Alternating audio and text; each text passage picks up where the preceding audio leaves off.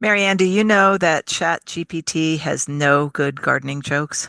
You telling me that you're looking up gardening jokes to put on our podcast? I need to leave this meeting. Hold on. Let me see how I do that.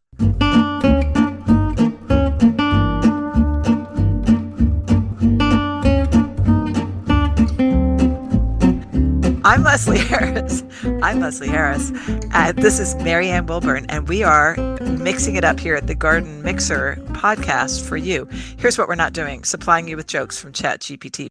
What are you drinking? Because we better start immediately. Yeah, we Cheers. will. Actually, I'm just about to pour. I think it's going to have to be a double pour because of that start.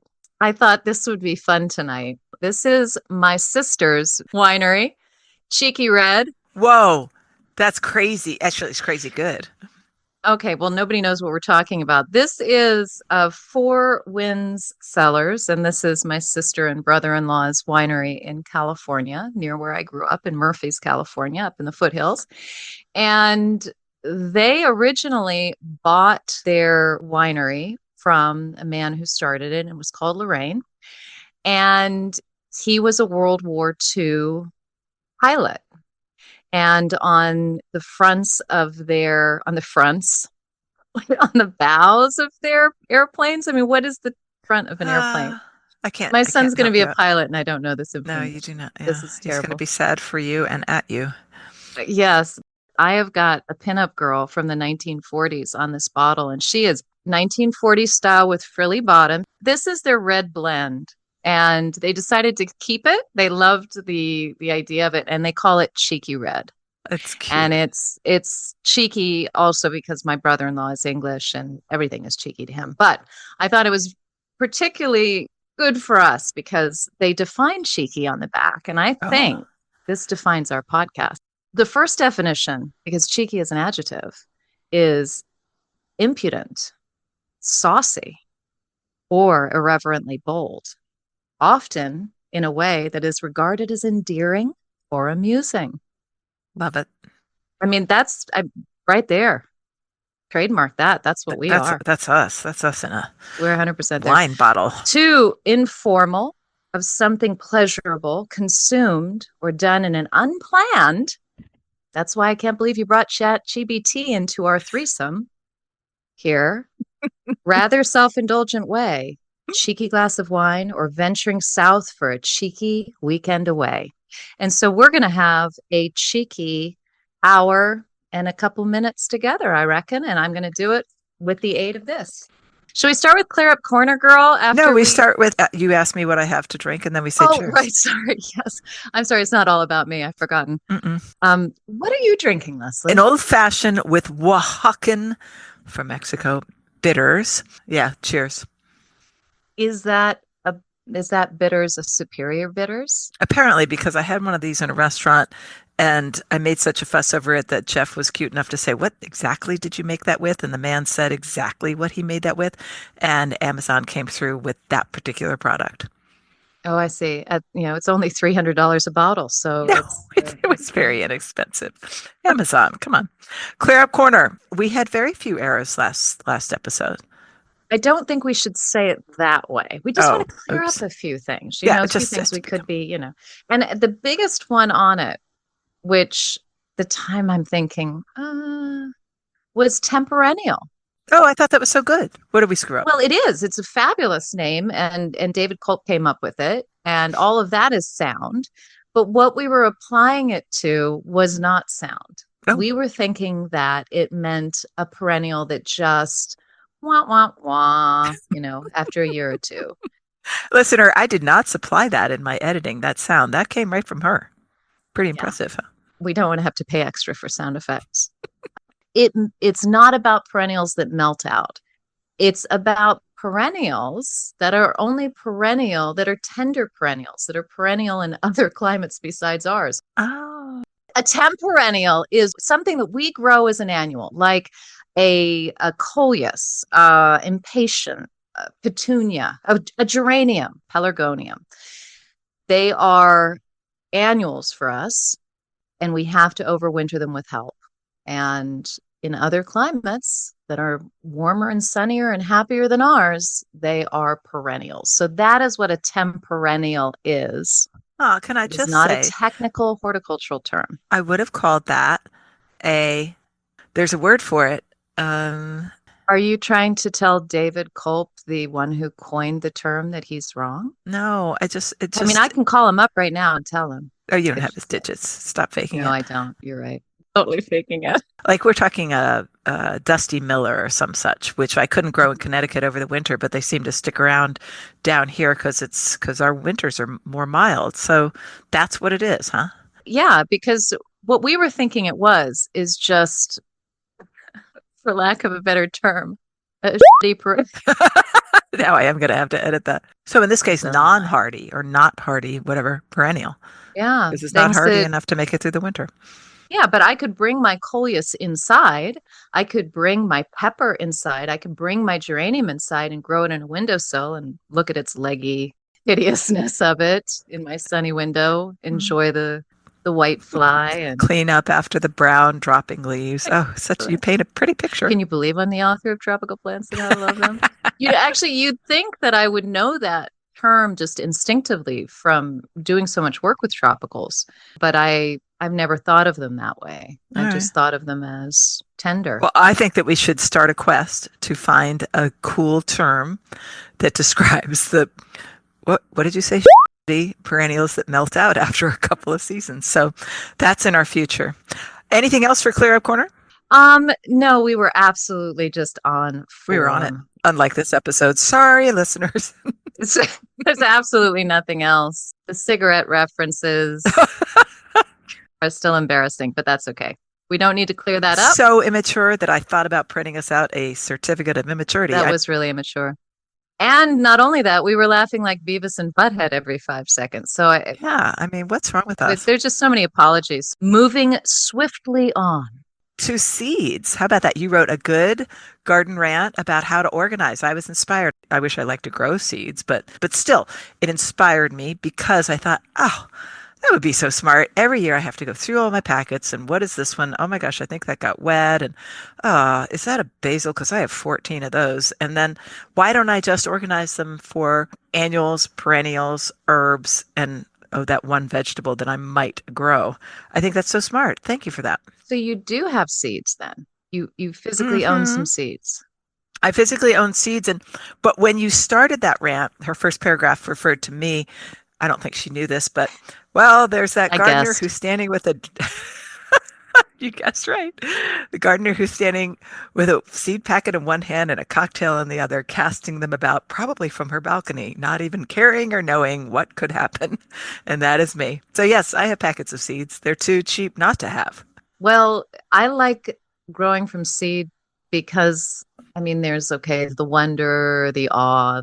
That's not going to do it for you, is it? And I've been told a million times that it would. I'm still waiting for that moment. Okay. Well, if it didn't happen in the fifth grade, it ain't going to happen, baby. All right. But there's that other part, which is getting what you want when you want it. Yes. And that is a big part of growing seeds. And I think when we talk to Erin next week, we're going to talk a little bit more about that because I'm pretty sure that is why she grows her seeds because so many of the ornamental flowers that she grows, she can't just hop down to southern states and pick them up. That's exactly why I buy those packets. I get my Johnny's or my Select, and I'm like, that zinnia, that awesome thing. That's what I want. Yeah. So yes. So I grow a fair amount from seed. I am not a seed maven.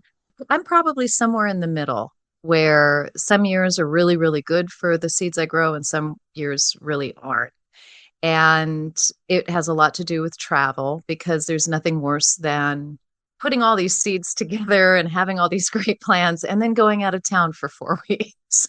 It just Sayonara. sayonara, baby. Yeah, it doesn't work. I don't go out for 4 weeks, but even a couple weeks can make a big difference if I'm traveling. So this year is a great year for me because I am not taking a tour to the UK in the spring.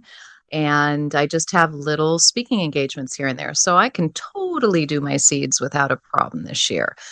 The most important thing for me to do and for anybody to do is just to stay organized because I'm sure those that you're sort of throwing out on the deck at the end of the season, hoping that they sprout, is Good luck because to you you, just don't sir. want to see the packets sitting on your table any longer. Right. Yeah. No, yeah, it makes me sad that it's a symbol of my inefficiency and laziness, and I'd like to get rid of it. So what I do is something that I'm going to patent someday. Well, I mean, actually, what am I saying? Some 25-year-old will hear this and patent it, but I call it grow and sow. This is why it's patentable, just the name alone. But I thought the sewing came first. Little do I know of these things, but Oh, what? not grow and sow. You see, I don't even know my own business name. Grab and sow. Grab and Oh, sow. I was like, wow, I've lost my certification in horticulture, but I'm pretty sure you have to sow those suckers before they start to grow. It's So grab and sow and grow. I'm good with And that. what it is it's just a way of organizing them. So I would say, listeners, be as harsh as you possibly can be with your seed packets that you have right now, the ones that have come in when you were ordering them in a drunken stupor after a Christmas party in December These look good. and Oh, thinking, oh, these are great. I need one in red and orange. And they've all come in now and they're sitting on your dining room table and you're starting to get heart palpitations, but you're still a little excited because you've been going through Instagram and et cetera, et cetera. You've got a seed box to put them in.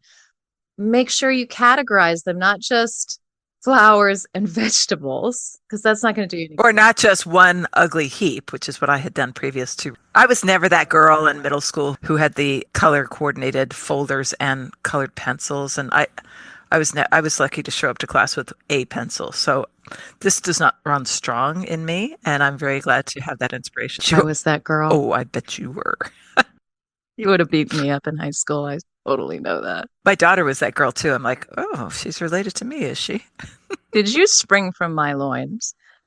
So like, can we get back to seeds? So you've Yeah. got all of these seeds sitting in a huge heap. You've got to get them organized. You've got to look through them first and make sure that they're viable seeds. And, a lot of seeds can sit around for forever and you can still get one or two germinating from those packets, but seeds are fairly cheap. And if they're not rare, then it's a really good idea to get fresh seed, at least 1 or 2 years old. And some things just are not going to germinate real well for you without fresh seed, like parsnip is a real pain in the butt. I'm sure you're eating parsnips all the time, aren't you? And you've had that I problem. have some parsnips in my fridge because I'm waiting to make the bone broth when we finally get a rotisserie chicken. Yay. And I'm gonna do that thing. But back to the seeds. By the way, listeners, her jaw dropped to the floor. Now she's bundling it back up so she can talk.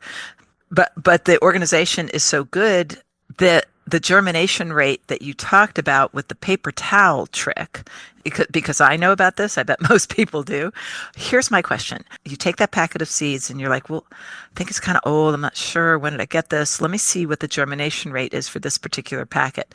And you take a small percentage of them and you put them in a wet paper towel and then you put that paper towel in a Ziploc bag. And after, I don't know what, 24, 48 hours, let's see what happens to those little guys, whether they start to germinate. Am I telling the truth here? Yes and no. So I take about 10 seeds because that gives you an actual percentage rate that you can work with. Math. Math. Hey. Do put them, just like Leslie said, into a paper towel that's slightly dampened in a bag, and then read your packet and see how long it takes to germinate them. And I can guarantee it's not 24 hours. Miracle plants. It's a miracle seed. And if it is, I want that seed and we're patenting it tomorrow. So it may be 5, 6, 7, 10 days. So get on it if you're wanting to save that seed. And it'll give you an idea of what percentage of viability you have. So if you've got only 4 seeds germinating, then you've got a 40% germination rate. Are you good with the math, Leslie? I know I saw your eyes. Good with the math, but I do have a query. Yes. Okay. You got the 4, all right? You got the 4, so you got a 40%, if my math serves me. 40% germination rate. You're thinking, yeah, this packet of seeds is pretty good, but I'll probably sow 2 or 3 to every little, I don't know, cubicle that I'm putting seeds in because I'm going to get fewer than half of less than 50% germination. The ones in the paper towel that you've taken so long, you've devoted 7 days to have them come to fruition. Do you get to do anything with those, or are those just ball it up and put it in the compost pile? Yeah, absolutely. I was just thinking you would want to put them in the trash because you don't put a lot of effort into these things. So Why would you want to prick those out? No, I think if I'm winning, if I've got my 40%, I want to capitalize on this. So I can prick it off the paper towel and put it into some soil. May I? Can Yeah, I? absolutely you could. But here's the problem with that, because that's what I'm good at is Debbie Downering your ideas, Hmm. is that the chances are you were checking for viability well before you actually want to germinate these seeds.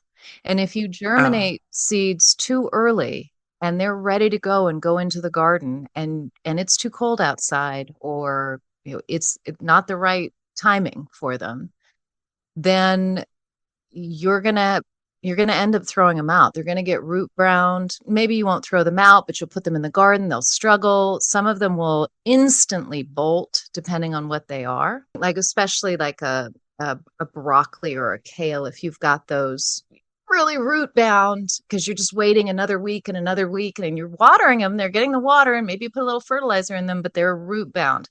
They're stressed. You put them in the ground, they're going to very quickly try and make more of themselves, oh. which is not what you want. So I would advise against that. The reason that I don't tend to do viability in like that on my seeds, I know I can do it, is because when I've got a seed packet, I probably only have 20 seeds left in the packet. So taking 10 of them and seeing if they're viable means I only have 10 left. I have a vague memory from school that if that half of 10 is five, and then you could do the 50% from the five. If never mind, I don't think you that would should be be more doing math, that. and we're talking about gardening. No, Yeah. meaning that I end up with a very small amount. Now, if I've got a big packet of kale seeds from, say, the farm store, then seeing what the viability is absolutely the right thing to do because I've got a lot of seeds there that I can use. I've had tomato packets that have sat around for a long time and I've gotten a few germinations out of them. I mean, a long time, like 10 years, long time, you Wow. know. So you wouldn't bother with the germination unless you were like, whoa, I really want to check on this before I put the effort into it. Plus, you're going to, with the system of keeping your seeds organized and realizing there's a date on them, you don't have to do that germination test. You can just throw your energy into trying to germinate them. Is that Yeah, if correct? they were old, I would just put a lot more seeds into each cell. Or if you're doing an even better job and you're putting them into a seed tray where you're going to prick out these seedlings and then put them into like a small little 2 inch for planting up, then yeah, I wouldn't worry about it too much. It's one of those things you can do if you're, really curious. Or let's say you've got some really old seed that means a lot to you that you want to keep going and you're feeling really guilty. So you can do that. But when you're going through your seed box and you're trying to figure out what should go and what should stay, I like to think of it like you think of it when you're standing in front of your closet and it's bursting at the seams with old sweaters and old trousers that you never wear anymore. And you've got to be Marie Kondo with your seeds and go through and get rid of the things that you never wore, you never intended to wear, your mother gave you, a friend, whatever it was, get rid of them. You will feel so much better when you have a cleaner box there. You know what I was going to try this year?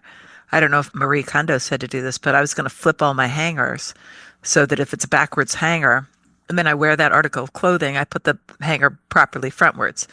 In a year from now, if there are any backwards hangers, yeah, that's out of here.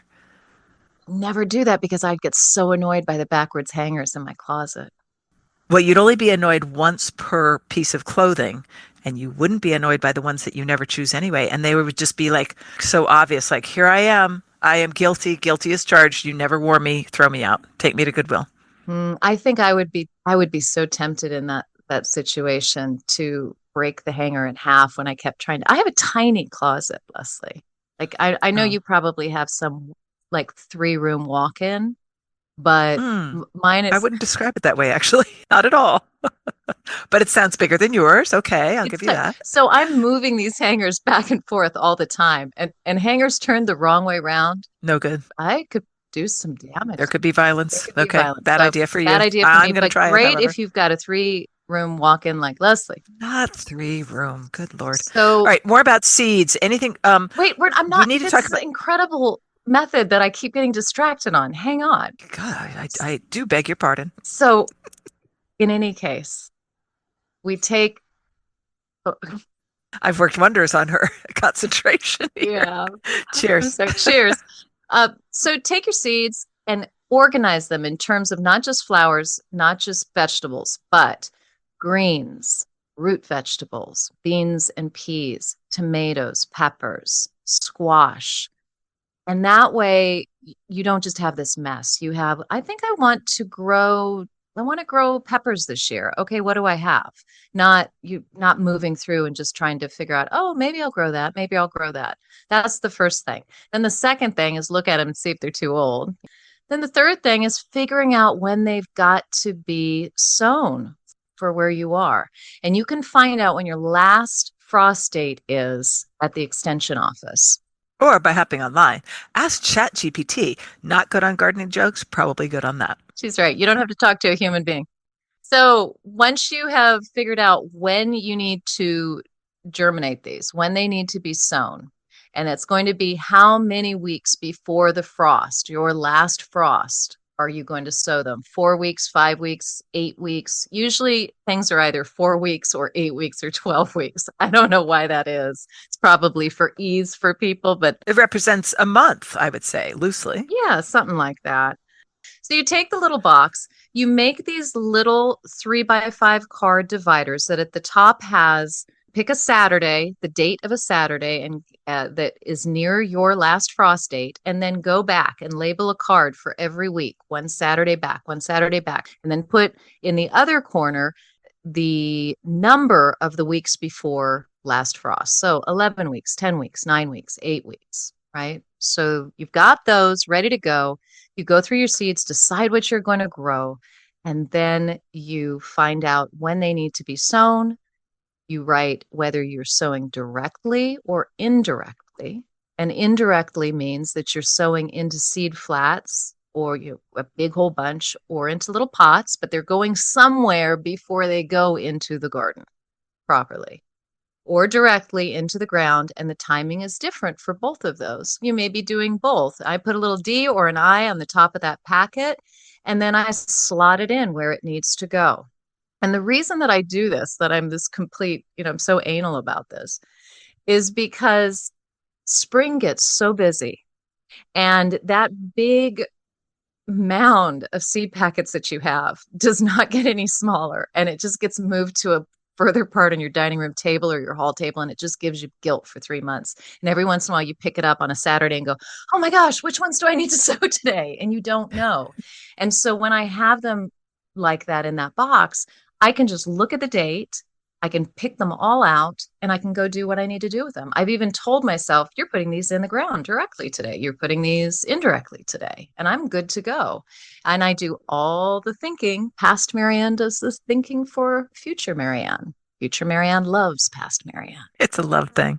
Unless she drinks half a bottle of wine, and then future Marianne hates past Marianne and thinks past Marianne needs to go to Betty Ford.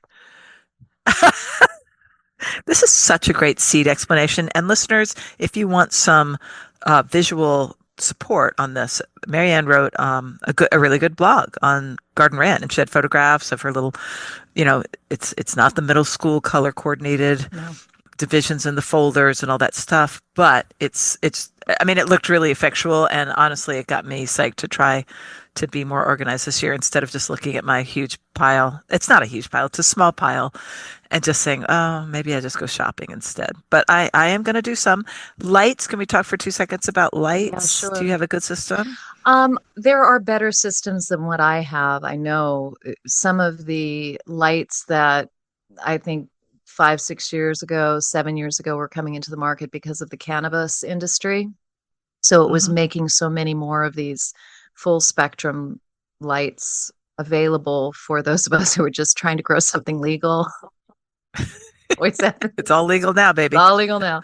Those are probably the best way to go, but those are expensive. And so I have always and still use good old shop lights with a full spectrum bulb on them, a grow bulb on them. And even if you don't have a grow bulb, the fluorescent lights work pretty well too, because it's better than nothing. Okay. light is the secret sauce with seedlings. It is the difference between a seedling that has sat in a windowsill and reached for light and become leggy and become weak.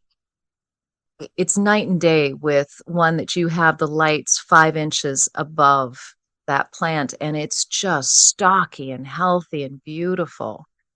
If you Hmm. put it on top of the washing machine, which was the only place that I had for seeds years ago in my last house, when the washing machine shakes, it makes it even stockier. Like it's a little bit of wind.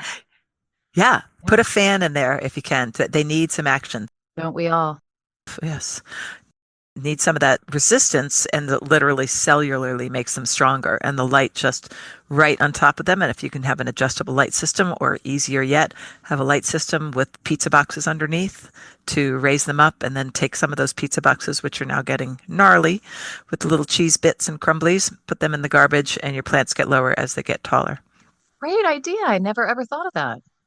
Yeah, pizza boxes, but they can get kind of gross after a while. Yeah, no, that's a Clean them out a terrific little idea. bit. I mean, the point of this is you do not need to have the latest equipment to start seeds. It does Mm-mm. not need to be expensive. Your most expensive outlay is seeds. And if you go to seed swaps, which are very prevalent this time of year, or talk to friends when they've got a lot of extra seeds, you don't have, this does not have to be a big outlay. It can be one of the cheapest ways that you ever garden. So And don't forget to communicate with friends also who, if you're like, oh, I'm growing peppers, but I'm not doing tomatoes or whatever, that you could swap seedlings, not just swap the seeds. So, a packet is, I'm doing this whole packet and now I've ended up, oh, this was extremely successful. And now I have 27 pepper plants. Who can eat all that much? Nobody can. And so to swap the little seedlings is a good idea. So finding a garden buddy or community is so nice. beware, because as soon as people realize that you're starting seeds, they stop starting their seeds and go, "Hey, Marianne, do you have any extra tomatoes this year?"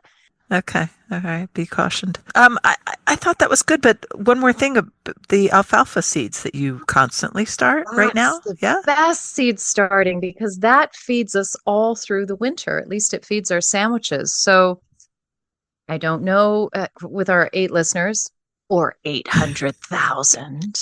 But we're not keeping track. It's not important to us. We just like to chat about gardening. That's right. I don't know how many of you grow alfalfa seeds for sandwiches or get alfalfa seeds when you go to some posh restaurant and they have a gorgeous sandwich and they put sprouts on it and charge you another dollar. Uh, Alfalfa sprouts are the easiest thing to sprout in your home on your counter. They take about 5 to 6 days, and you can keep them going so that you always have a fresh supply of sprouts. No dirt needed. You're just rinsing them three. What? Yes, you're rinsing them 3 times a day. Have you never? Oh my gosh! So you've never done this? I'm so excited. I get to No. tell you about this. So I Yeah, just no, I talked have about no seeds, so you're idea. going to be really tired of my voice, but the only reason that I know about it is because my mother did it. And it was always a way of not having to buy lettuce, basically. And they're so healthy for you and they're so crunchy. And there's nothing better on a tuna fish sandwich than alfalfa sprouts. Now, do you eat alfalfa sprouts? Have you had them? You know what I'm talking about, I right? do not. I paused in front of the sprout section of the market the other day Mhm. because I knew that we would be talking about them. And I looked and I peered and I thought, no, I'm not ready for that. Let's see what she has to say. You've, All right, what do you have to say? you've never been at a restaurant and had sprouts on a sandwich. Oh, Or, sure I have. Sure I okay, have. okay. And I have bought sprouts. I went through a little sprout phase where I put them on my bagel and that sort of thing. But no, not lately. So what's the goodness here that I'm missing out on? The weird thing is when I'm at the store, if I ever see sprouts growing in the store, that grosses me out Oh, because I feel like, ooh, I don't know if I want your sprouts. I don't know how those were raised. I know they're completely healthy, right? It's a grocery store. I like to know where my sprouts are coming I mean, from. we have this USDA thing. We have rules in I this have two country. different ways of doing it. The first one is the way that I grew up with, that I'm using right now downstairs because I couldn't find my other little sprouter. And that is just using a wide mouthed mason jar. I have some plastic lids that I will link to in the show notes, which there are 3 different sizes of them for the seeds that you're growing. I always grow alfalfa sprouts. I've tried mung, I've tried I don't adzuki. even know what these things are. What is, Those are just a larger bean. I've tried sunflower. I don't like the Oh, taste of that I those as know. much as I love alfalfa sprouts. So Okay. I use the smallest one. You soak 2 tablespoons of seeds and you buy those seeds in bulk, and Botanical Interest has them. I think in bulk. Renee's Seeds has them in bulk, I think.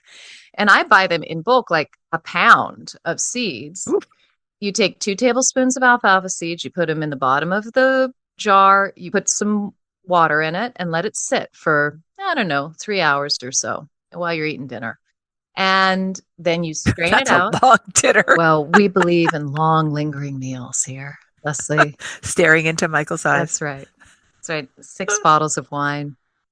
Then you strain it out using that lid, and then it just sits on your countertop and it sits somewhere where it reminds you, like right by your coffee or by the windowsill near the mixer, wherever you're most usually in the kitchen. And How much light does it need? it doesn't need any, technically. Oh, I this always is I always magical. leave mine in, you green it up at the end if you want to, but I always leave mine out. Because otherwise I'll forget about it. If I put it in the cupboard and keep it dark, I'll forget about it. So it goes into a windowsill or by my coffee maker thing, kettle. And 3 times a day, when I think about it, I put some water in it and I swish it around and I drain the water out. And those sprouts start to germinate, they grow, they get bigger and bigger and bigger and bigger. And if you're using a mason jar, when they start to fill pretty much half of the jar to 3/4 of the jar, then I put them in a bowl in the sink and I just swish them around, and all of the holes of the seeds sink to the bottom, and I pull the lovely sprouts off and I put those into a little plastic container with a paper towel, and it goes into the fridge, and I immediately start another batch. And I have Whoa. alfalfa sprouts to throw on whatever we want, tacos or sandwiches or salads or what have you. And it's extremely nutritious. I can't give you any facts, but it's extremely nutritious. Take it from me. We'll just have to trust your listeners. There is a little sprouter that I have that I got from Botanical Interests years ago, which is very clever, and it looks more like what you buy in the store. It's square and it's a tray, and you can grow 2 trays at the same time, and it has you just put it underneath the water, and the water drips through and goes into a collection tray in the bottom, which you then dump out, and you do that the same amount of times a day, 3 times a day or so. And so those grow up and they look more like what you see in the store of all these sprouts growing straight up.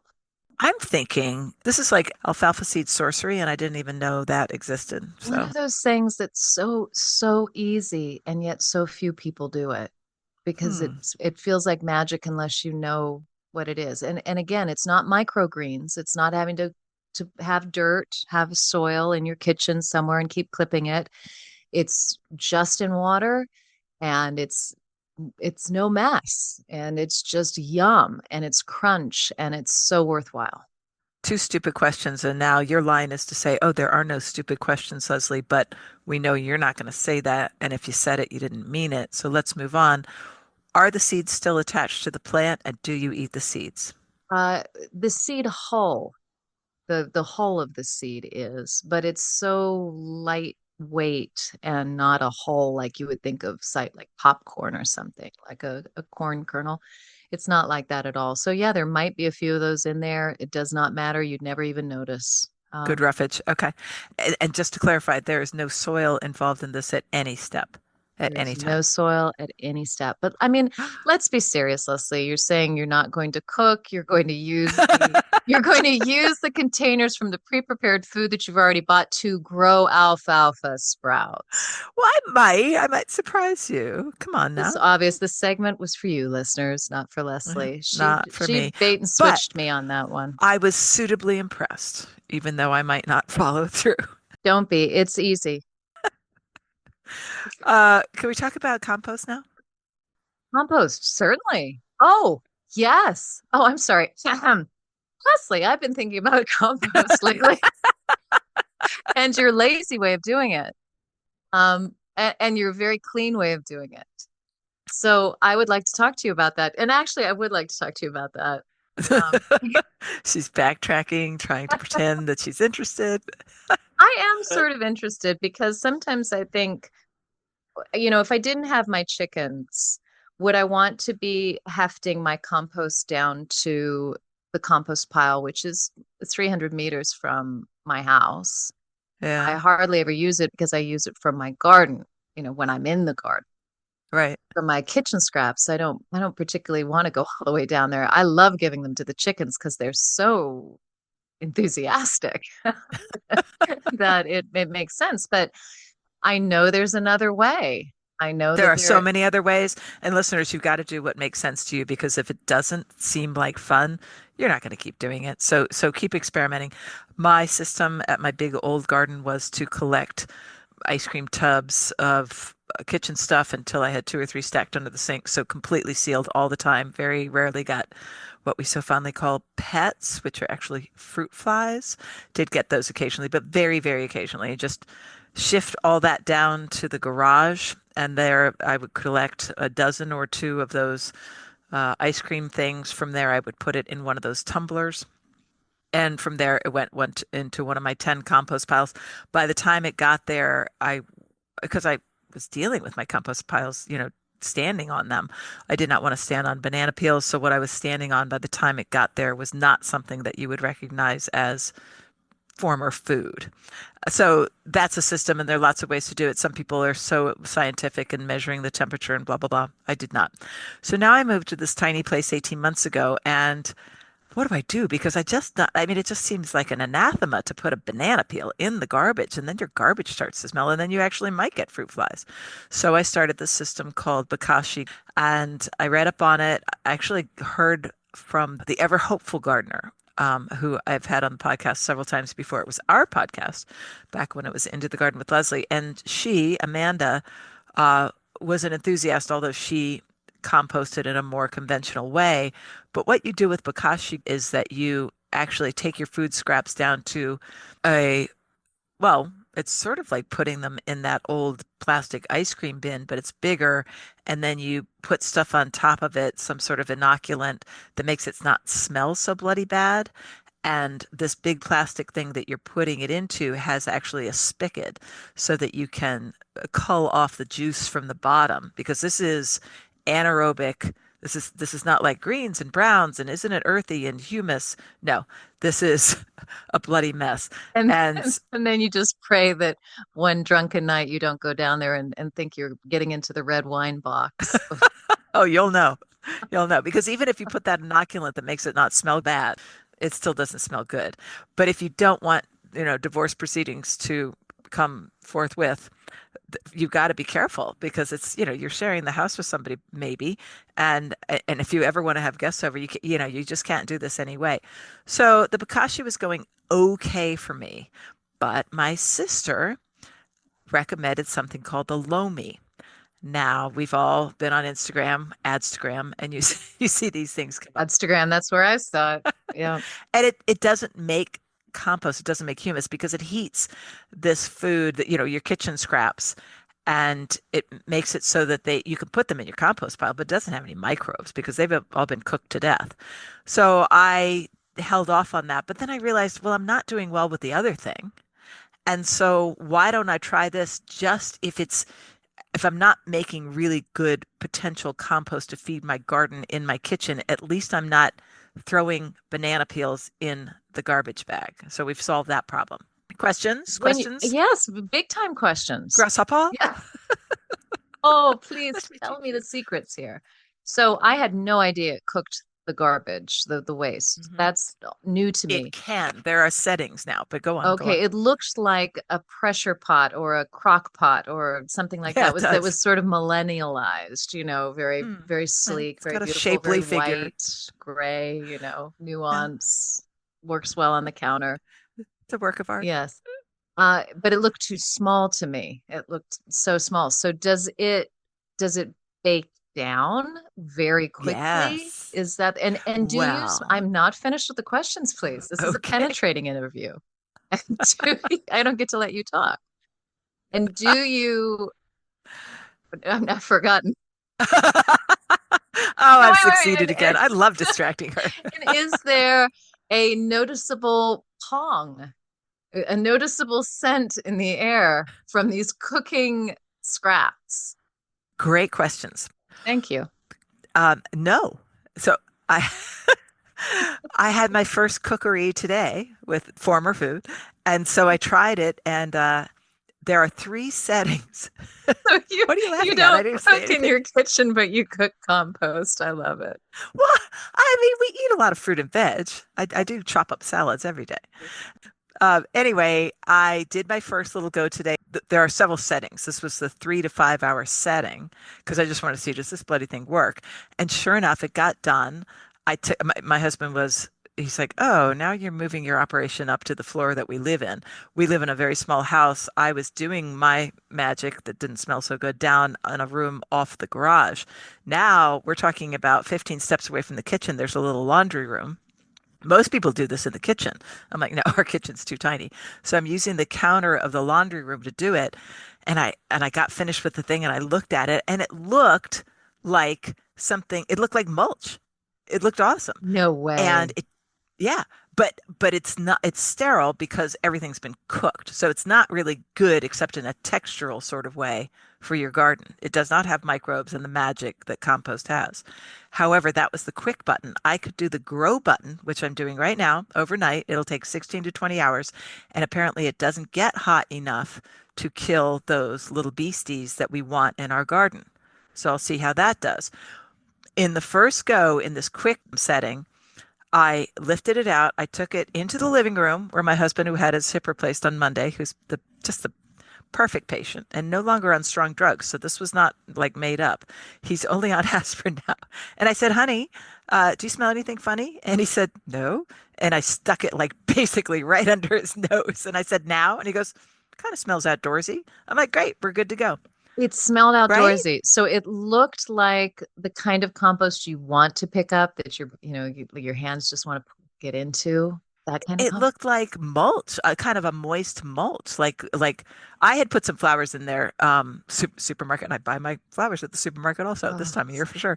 so embarrassing. Go on. She's just rolling her eyes. She's like, why did I choose her to do this podcast with? Don't Because I understand. wanted some cheer. We were having people over. So anyway, there were stems of a very, You put a sturdy flower in there and it cooked the hell out of it and it turned into mulch. And I'm oh, I also had impressed. banana peels, lettuce. I And had tons of stuff, coffee grounds, tea bags, all the stuff. Yeah. Avocado, not pit, but avocado rind. Yeah, okay. all that stuff. So you put all that stuff in there, but then you can't add anything to it, right? So is it that you go to bed and turn it on like you might turn the Yeah, dishwasher on? yeah, Is that it? yeah, Because that was always my concern with the tumbling composters, that I'm constantly putting things into them pretty much all day long. And they're never going to have finished compost because I'm, and the way I solved that was to stack up a supply, back up and stack up a supply in the garage. As I'm noticing that that tumbler, this is back in my old garden, was getting full, I'm like, huh, time to empty the tumbler. I choose a day where I'm already disgustingly dirty and probably smell bad already because it's not a pleasant job. You get your wheelbarrow, you get your shovel, you empty the tumbler, you dig a hole in your big old compost pile, and you bury that anaerobic slosh and you go in and take a shower and then you start again with the tumbler. So there are ways that you can do this. The Lomi will be the same thing. I mean, I was in a rush to make it work today, but I can, just like as before, I will have two, three, four ice cream, gallon containers, plastic containers of former food. I'll collect it for the week, say, and then I'll run it slowly overnight. I want those microbes. I'll add it to my ceramic pot, which serves as a compost pile in my tiny garden, and I will have my microbes. I am so happy. well, I want to keep hearing more about this. I want to hear more about this in like 6 months when you've really lived with it Yeah. and decided if it's going to work really well for you because it does sound interesting. Now, here's the big $64,000 question. Was it expensive? Yes. It Are was they sponsoring us? 200. Please God. I think it was $250. Okay. I mean that is a ooh. That's more than a ooh if you're, young and millennial and Yeah, no, trying to buy that's one. a Yeah, lot of money. it's a lot of I will money. pay that money not to have garbage in my garbage. Yeah, I By get the it. way, we need to shut down this subject, but before we do, Hmm. I told my sister who has one sitting on her kitchen counter, she said, "You better give me creds." So cheers, Sue Ann. I have my first little batch of Cheers loamy. to the loamy, which evidently produces loam. I can't say that I am a convert, but I am listening intently Yeah. because Yeah. I mean, I think it's a fun experiment. Slightly I'll expensive. put the caveat on the bottom that my compost bin is literally a bin.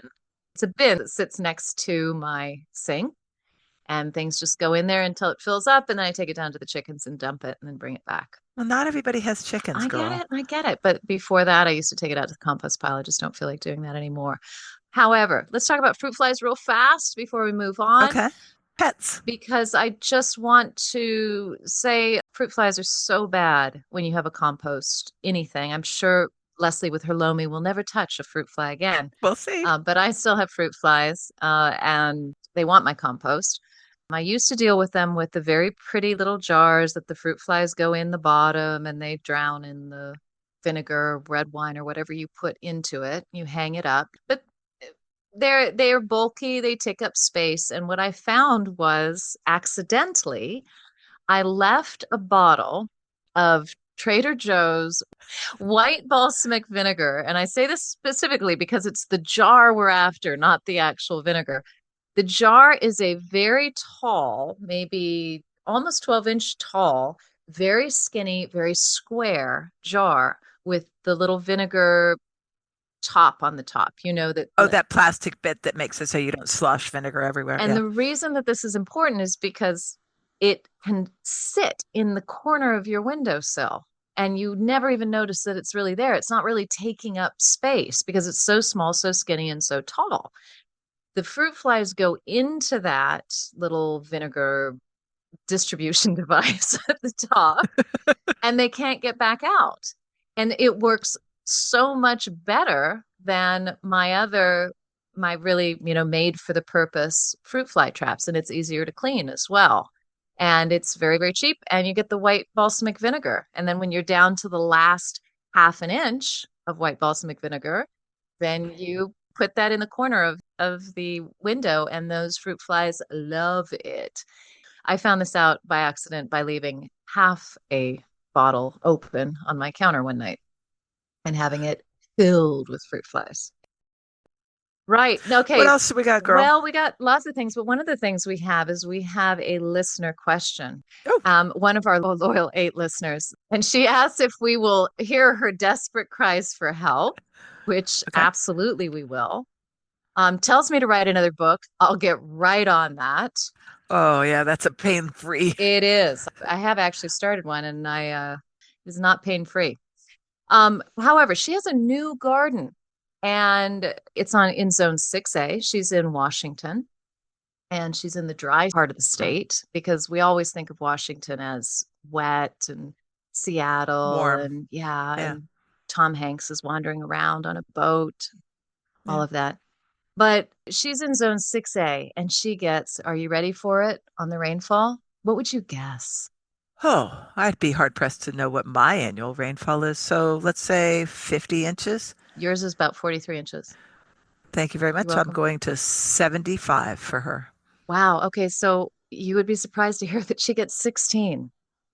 Oh, right. She's not with Tom Hanks on the No, she coast. is not She's on the canoodling with inside.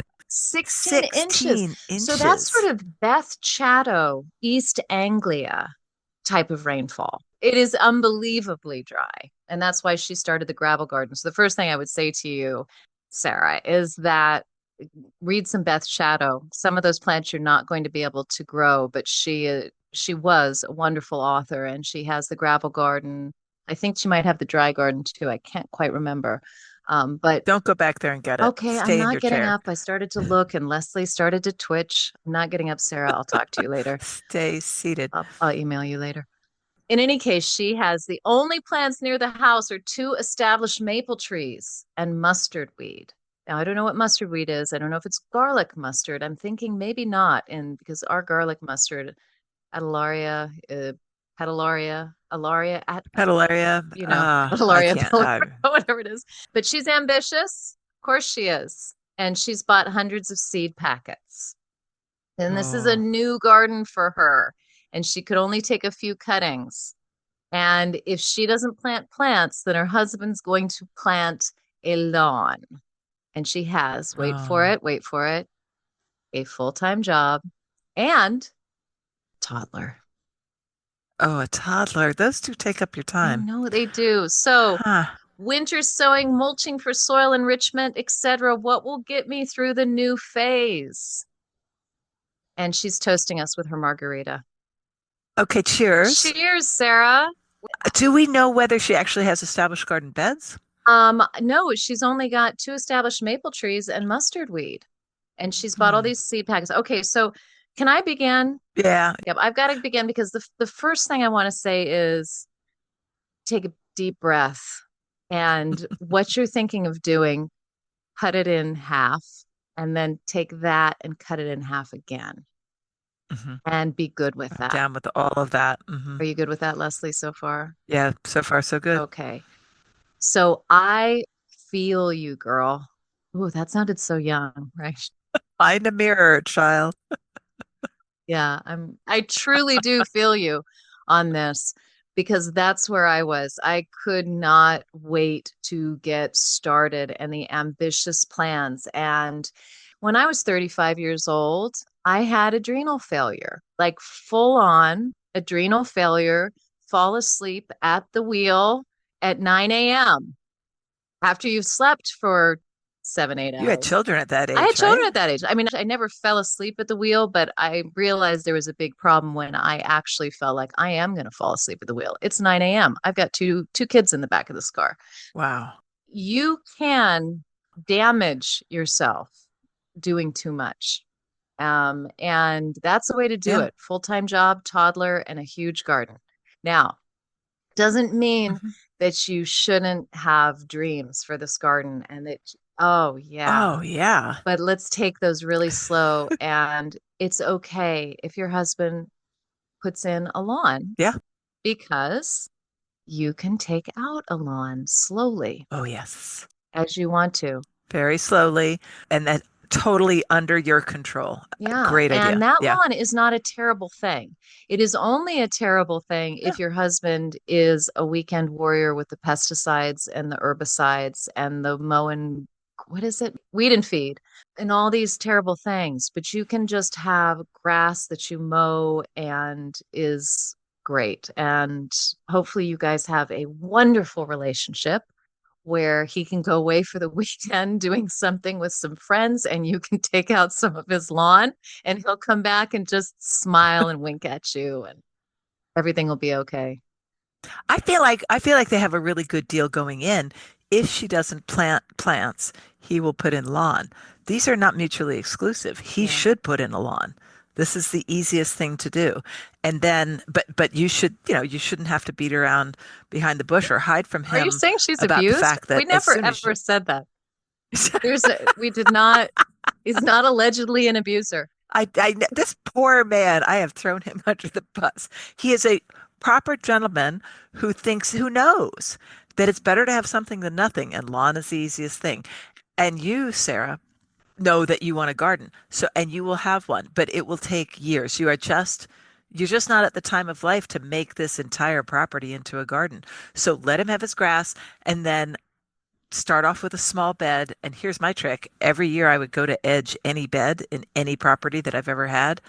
Oh, wait, I think we're going to back this edger up about 4 to 6 inches here. Flop this side over, and that becomes part of the mulch in the garden that I am going to plant. That becomes like I gained a foot every That's so other year. It was familiar. fantastic. So you can get it back. Don't worry about, ceding this land to him as long as he's willing for the negotiation for the territory to be shared as you go forward in your marriage and in your lives in this house. It will ultimately be a beautiful compromise, and you will go forth and prosper. And you might have more toddlers, so that's another reason not to bite off more That's than right. And you that can chew. toddler slash toddlers are going to love that lawn. They're going to run around and enjoy that lawn Hmm. until They you need that lawn. landscape them out of their own home. By the way, if you fall for the swing set, great, do it. But realize and keep track of when they're no longer using it. And then that sucker goes to your neighbor down the street who just started in with the babies. I had a client once who had a 13-year-old and two kids in high school, and she wanted to keep her very precarious looking swing set in the yard. And I said, "So tell me about the swing set because it's right where I want to put this beautiful garden." And she said, "Oh, well, I have to have that there because Susie still plays on it." And I said, "Huh, Susie, the one that's like 5'8", who just walked out of the room, seventh grader or something." And she goes, "Yeah." And I said, "Does she now? Okay." And I said, "In a minute, she probably won't, like the other girls didn't in high school, right?" And she said, "Oh, yeah, but then I want to keep it for grandchildren." So that their parents will sue Like, you when it what? falls apart when they're at the top of the slide. Oh my God. But I digress about swing sets, and I just think you can have I it both agree. ways, I Sarah. agree. So I take do. it small Yeah. and slow. Plant exactly what you want. Think about the future every year. Get your most favorite plants into that wonderful little tiny plot that you have and enjoy it and look at it, stare at it every day, and then make it a little Yeah, bigger 16 next year. inches of rain is not a lot. And so you know who is your friend, Sarah, is the Washington State Extension Service and in your area, in your Hmm. county. So get in touch with them. They're going to give you the best performing plants for your area, including the vegetables. And, because there are different vegetables that behave differently, different cultivars. You're about to start a extend a gravel garden, start a gravel garden in front of the Yeah, barn, right? I do. I want to work on a gravel garden, but I don't think it's going to be this year because I'm still working on the perennial bed in the back. Okay. So that's almost the version of Sarah's lawn is right now. It's just gravel that we're driving over, and actually that was like just like Beth Chatto, it was a big parking lot before it became the gravel garden. So just realize you have time Yeah. and not to go too big with the seed packets. And Yes. resources. Exactly. Yeah. Calm yourself. Resources, reading, fun reading, lovely reading with Beth Chatto, David Jarman. Is that, have I said that right? David The one that we Jarman. saw together. Is this another girlfriend? And we ran down to the beach. It was just south of when we were You are a little older. I know your memory's going. hand in hand. We frolicked on the beach. No, we were at Dixter and we took Oh, Derek. Derek Derek Jarman. Jarman, not David. Okay. I'm a few letters off. I did not know where you were. Yes, David, But David Jarman, Derek Jarman's garden in Dungeness. I'm so glad it stuck with Leslie. kind of, as things do in Can that I way. just tell you, I still have a little, like 4 or 5 pebbles from Derek. Oh, I shouldn't say that. I'll probably get arrested from Derek Jarman's garden. Or actually, it's not really from his garden. It's from the scree. When I went across the street to sort of botanize what was going on across the street there, we were listeners who were not in on our ramblings. Leslie and I were at the Great Dixter Symposium in May in 2022, and where we cemented this very odd friendship. That we're still trying to work out. One of Like the what? things that we did was go to Derek Jarman's cottage. Fergus Garrett took us all down there, and we went to this garden that is on the edge of nowhere. It's actually classified a desert, I believe. It's like the UK's only desert. And it's right on the edge of the sea. And there was a nuclear power plant nearby. And Derek Jarman was a producer of films. And he was diagnosed with AIDS in the 80s or very early 90s. And he went out there. This was before there was any type of real treatment. And he basically went out there to have a garden and to slowly pass away. And he created a very, very interesting garden. And it's in this extremely inhospitable space. But it's thought provoking and it's very inspirational in that you can make a garden wherever you are. And it was very cool. I'm actually surprised it stuck with Leslie because she is so superficial, let's face it.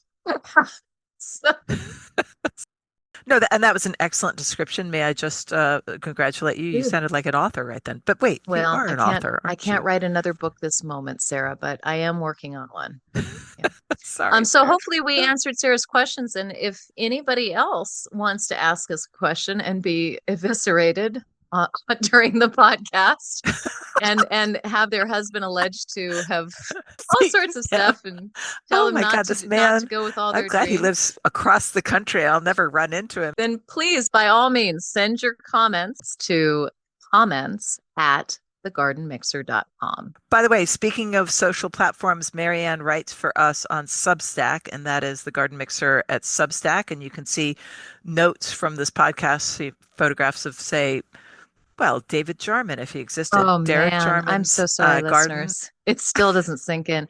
Derek Jarman, I'll put things about the sprouters. So we'll get some links for the sprouters so you can do that. Yeah, if And books and things that we talk about. We started those notes last episode, episode A7. 7, and so they'll be there for 8. And we may or may not get to them retroactively, so don't get excited about going back in time. Other social media things are Instagram at Marianne Wilburn. I am at Leslie Harris Lulu, but better, we are at the Garden Mixer. And I just started just For for shits and kicks. giggles. I have no idea why. Now you're making me edit this I'm again. Oh sorry, my but God. that is really why you did it. I was going to say that, but no, I didn't want to edit that up. We are on Twitter, Garden Rant Podcast, I think it is. I don't know. And I put one thing. I didn't even know how to work Twitter. I had to ask my husband. But I put one thing on, and one person responded to it, and so we're off and running. I'm sure we'll have at least 8 followers on We've that. got one follower and we are headed to the races. Yes, you were beautifully sarcastic Hmm. while being slightly funny. And I think Hmm. that's what Twitter is all And I'm about, trying isn't not it? to put down other garden podcasts. You know, we should have it on our list to talk about other garden podcasts because we don't think that No, they're all terrible. We just know ours is no, better. that's not true. And there's a difference there. Because you and I listen to a lot of Oh, podcasts. yeah. And there's some beautiful podcasts out Yeah, there are. there. I don't know if there's anyone that involves alcohol as much as this True. one. Yes. Cultivating Place. BBC, That's a GQT, fantastic. Gardener's Question Time is one of my Yes, favorites, not to be missed.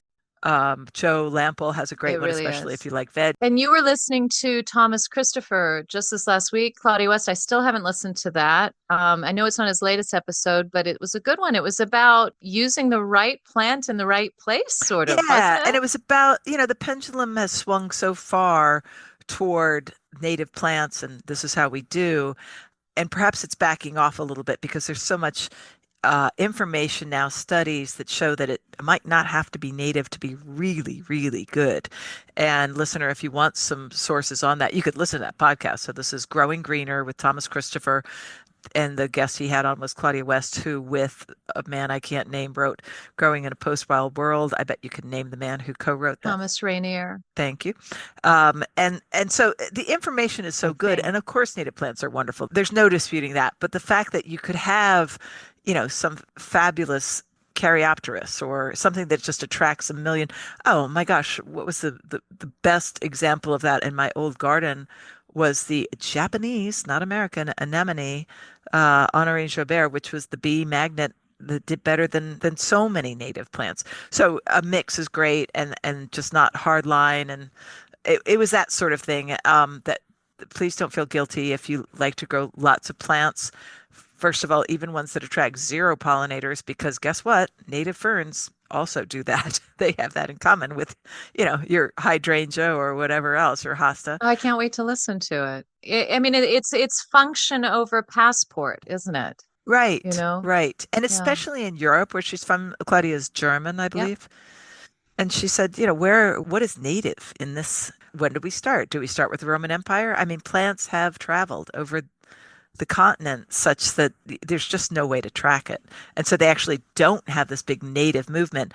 We have a bigger advantage here in the United States because our history is so short, except for those poor indigenous people who are probably scratching their heads at us. Well, we are also surrounded by ocean, and so you can draw a line in the sand, and it's a very convenient line in the sand to be able to draw chronologically. So, I mean, that's for a whole nother podcast, a whole nother time. But I'm looking forward to listening to that. And actually, Susan Harris on Garden Rant this last week was just discussing a little bit about that, actually, because she had gone to get pollinator certified and it's like pollinator stewardship certified, I believe. I'm trying to remember exactly what it was called. So this is a garden rant blog that Susan Harris did, and it's well worth searching for. Just go to Garden Rant figure out which one Susan Harris is if you don't read it already. And it's about the certification, the various, but she had tried one specific one. And then she comes to find out because she's such a good researcher and she does this work for us that we don't have to do that, it's actually not as good as we thought it was. If So disappointing, but good to know, Yeah, right? she did have some issues with it. It was Pollinator Partnership was the name of Right. it, and it was a stewardship program, and she went with another lady, and they were trying to do it because they wanted to be able to bring it to their community and have more Yes. information for her community. And there were just a lot of things that she had some that she took issue with, as my father would say. And one of the biggest ones was that all of the plants that were named as pollinator plants were all native. There were no non-native plants in there. And if you've had a garden for more than 10 years, let's say, and you've grown a mix of plants, like you said, yes, there are non-native plants that the pollinators are not interested in and you don't really want to grow, but damn, like my damn girl, my hydrangea quercifolia and my hydrangea paniculata. My paniculata cultivar is baby lace. This one that is just, I, I, I don't have the words for how many bees and flies are on it. Flies are pollinators too. You may not like them, but they are pollinators too. Hydrangea quercifolia is native, tons and tons and tons and tons on there. So that's great. But the paniculata ain't native and they are all over it like white on rice. It's important to look at function of a plant. And she goes into that in her rant recently, and it was called, what was it called? It was called Pollinator Partnership Stewardship Training, a Disappointment. Like I said, it's so good of her to filter out, to do the homework for us. Mhm. It would be so tempting and so feel good to say, "Ooh, I've got that little sign in my yard and Yeah. I'm doing the right thing." And you are doing the right thing if you're gardening. Believe me, Yeah. just garden.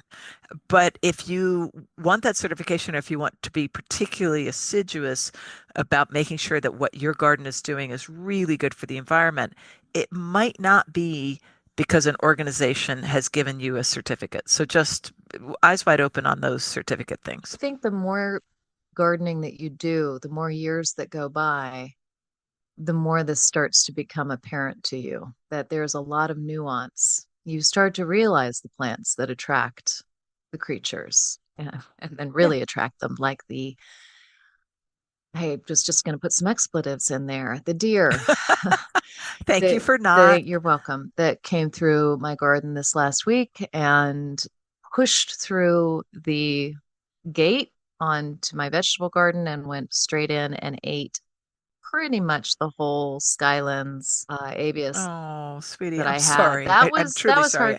hard to see, and have completely decimated all of the various silver queen euonymus that I have, just for a little bit of accent, a little bit of white green. I like that plant. I don't care what other people say, but they love euonymus and it's gone. Anyway, what I'm saying is In this case, I am actually not being sarcastic, and I'm truly sorry for what happened. I mean, that's just, it's so sad when they break in and do that, especially in a protected area like that. it's one thing when they hit perennials or annuals and you just say, oh, damn, I was really looking forward to that show. And I really put everything into it. And I started those seeds in February. And why the hell did I bother? Anyway, it's one thing when they do that, but it's another thing when they hit a shrub and they really hit a shrub, because it takes a while for shrubs to develop. Some are very, very quick growers, but some take a long time to regrow leaves. And the more that those tender little shoots, those little stems that they're just nibbling the tops every time there's something new, the more that they do that, the more that the shrub is stunted. And so it's a really Yeah. big deal. And it is a hard one. We've got to devote an episode just to swearing at deer. Because I know I will get out my editing skills. Bleep, this bleep, is a bleep, bleep, terrible bleep. thing, but it and the British are starting to really feel the pinch of deer. And they had not been really, I mean, some gardeners were, obviously. And I'm starting to hear from my gardener friends, my garden media friends, that deer is a thing now. And they're starting to go, Welcome oh, to our welcome world. to our hell. welcome to our hell. Yeah. But another creature that is actually making me happy, listeners, you might remember that Marianne talked about her bird seed table. Yes. And I thought about that. I really wanted to do it, just like the alfalfa sprouts we'll see, just like the bone stew or whatever you call that Broth. bone Good God, woman. broth, Just that stay with your stuff. loamy. Good God. Okay. Pay the fellow and damn his impudence. Yeah. What? From mine. From a Blackadder episode years ago. Nobody will get it. Okay. Where was I? Oh, bird seed. So husband laid up with the hip replacement. He's doing so beautifully, but he's on this couch and I'm looking at what he's looking at out of these really nice big windows in our living room. And I have this retaining wall out in the bowling alley garden. And I think to myself, well, that's a table. I mean, that's a wall. That's a table. It's about 6 inches deep. And I could just spread my seed on top of that. And I don't have to contrive any table and get out my saw and ask Michael to do the Perfect. geometry because I can't figure out how to put the roof on it. And I simply have to buy the seed and spread it out. We are having so much fun. I put out a cup this morning and then it was clearly gone by lunchtime, as you said it would be. And I thought to myself, why would I? I mean, he's not going to be on the sofa forever. He's walking more and more every day. I'm putting out another cup. And then I got some suet cakes. I'm going to be putting those out. I mean, this is so joyful. It is joyful. Now, two questions. A, have you got him a little book to identify these birds? And B, do you know what birds are coming to the feeder? Well, I have that Cornell app that I've used a Oh, lot. Uh, is everything an app to you, woman? Everything is an app to me. I Just mean, it helps me to identify. Have you not used it? It's Jeff, excellent. please, please. There's another way. You know what? I want to just 5 seconds here on this whole app thing. Oh, this is going to be the longest So episode in the world. I And it began so badly. I wonder if anybody's listening. Go on. last night I sat down with a couple magazines I really wanted to get through, and I came to this new clematis that I don't know immediately. It was in Ooh, an RHS. love a new clematis. Yes, very cool. It looked like a hellebore. Oh, I don't have the magazine here, so I can't tell you what the species was, but don't go get it. I Stay will not. seated. I'm staying seated. So I don't have my books around me. I'm laying in bed. It's pajama time. So I pick up my phone to just quickly look up this clematis. So I look up the clematis, like, oh, and then as I'm looking at it, a notification comes up on my text. And so I go to my text and I answer that. And then somewhere in my head, I thought, oh, I wonder if that video, if that's on YouTube right now. I go over to YouTube. 30 minutes later, folks, 30 minutes later. 30 Yeah, minutes it's later, I come out of my sucking our lives stupor. away. I've just watched some crazy video. I don't even want to go into it. It just took me Probably deeper and deeper involved and deeper. cats. Terrible. I Terrible. have gotten one page into this extraordinarily well-produced magazine from the RHS. And so much for that, because I've just spent 30 minutes. I should have folded the page down and I would have had clematis that I'll look up later. And instead, I went to the app and it sucked me into a maelstrom. So I'm just saying. Darling, I cannot control your lack of control. Okay, no, that's not a good enough excuse because I actually do have some control and I can't even imagine what people who don't have some control are doing. It would have been an hour and a half. That does happen. But if you were to get on the Cornell app and it asks you the size of the bird and you quickly click this and what colors and where did you see it, and you can find out what you're looking at. That information promptly goes right out of my head, as do the names of most large trees. That's because you don't have a book. That's it. I'm sending Jeff a book, Amazon tomorrow, writing it down right now. All right. He is an educated man. He'll want it. He does like books, And if actually. I like books Yeah. too. I just like apps. All right, so that's making him happy. You are making Nobody happy, right? No, you're making me happy because you look like you're done with your wine and we should probably end this thing. So, listeners, if you're still with us, I'm very sorry that the beginning of this episode was the very model of mediocrity, but I hope we improved as we went along. And here is some good news.